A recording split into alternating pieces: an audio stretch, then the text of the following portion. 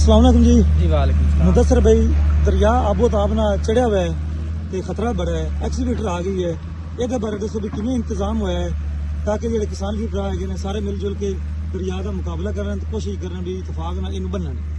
जी बिल्कुल भाईजान, पिछले दिनों तो चंद दिनों ਤੋਂ दरिया जी बिल्कुल उता ही आ रहा है ਤੇ 2 दिन हो गए ने सानू जो सी ना जी बाकर के मार पहले तो आदि मदद आप तय करते रहे ने काम, फिर जी असं अगले जो आबादियां वाले बैठे हैं जी छोटियां आबाद जिन्होंने सैलाब का खतरा है असं जी नंद नाल आ ते बिल्कुल शामिल होए हैं, अपने ट्रैक्टर लैते हैं जी। सानू गल मालूम हुई ट्रैक्टरों के वास्ते रोक नहीं जी, पिछू पानी जोड़ा है वो ज्यादा हो रहा है।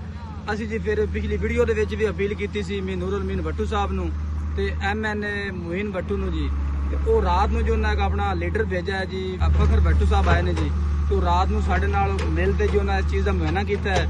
आफ्ताब मार रह गए सन जी, तो वो साढ़े नाल इस चीज़ का मुआयना किया है जी कि सुबह सानू अगर क्रेन नहीं मिलती तो जो हालात ने अगे ज्यादा वध रहे हैं जी। वो उन्होंने जी मेहरबानी है जी, अज उन्हें क्रेन भेजी है तो थोड़े सामने चल रही है तो इंशाल्लाह जी किहड़ा 1.5 किलोमीटर है जी।